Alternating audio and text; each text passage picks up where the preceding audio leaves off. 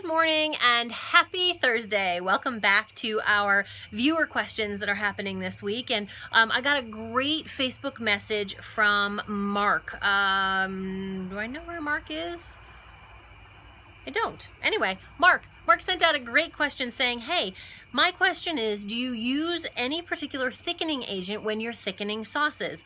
I'm on program and they say I can't use cornstarch, which is what I usually use. Well, this is a great question as well, because what do you use to thicken sauces? And this is a great culinary question because sauces sometimes are everything. You know, when you think about a plain old chicken breast or, you know, something that you really want to make a little juicy, and who doesn't love it when it's juicy, then, you know, you want to be able to put a sauce on it, but you don't want a thin, runny sauce. You want something that's really thick and yummy. So there's a couple of ways that you can do this. And actually, one of the great things that's coming out of some of these questions is I'm learning some things too, and I'll get there in just a second. But first, some really easy ways to thicken your sauces. Number one is basically to just take whatever you're making for your sauce and reduce it. Just let the liquid evaporate out of it by letting it simmer a little bit longer, and this will oftentimes make for a nice, thick, rich sauce as well. Maybe not as creamy as some of you may like, or that you may be used to, but it will give you a great sauce.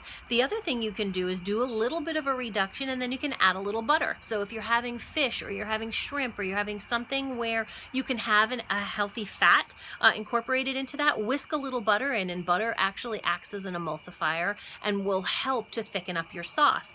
So those are two easy ways. And then Mark asked me a great question. He says, you know, do you have any experience with glucomannan gum as a thickener, or konjac?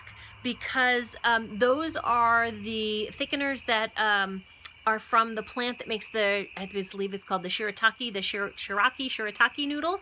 And you can use that as a thickener as well. And I responded back to Mark that I hadn't, and he let me know that it is approved. It's something that's kind of on the newer side. And I asked him, I said, you know, if you use it, give me some feedback. Let me know how it works. And what he said was really great. He said that he didn't detect any taste difference when he used it. He used it teaspoon for teaspoon, like he used it with cornstarch, and that it was really made a really nice, thick, rich, yummy sauce. So there's another way that you can go ahead and make a nice, thick sauce. I'm just looking here. He actually found them on Amazon. They're a little bit on the expensive side. It was $10 for a 2-ounce bag, but again, you don't need a lot, so a little is going to go a long way for you. And it's made out of the same plant fiber that the shirataki noodles are made out of. Shirataki, I'm not sure if I'm saying that the right way, but anyway, there you've got it. 3 different ways to be able to make a nice, thick, rich sauce, approved, on program, that aren't going to blow the calories or blow your budget when it comes to your lean and green meals.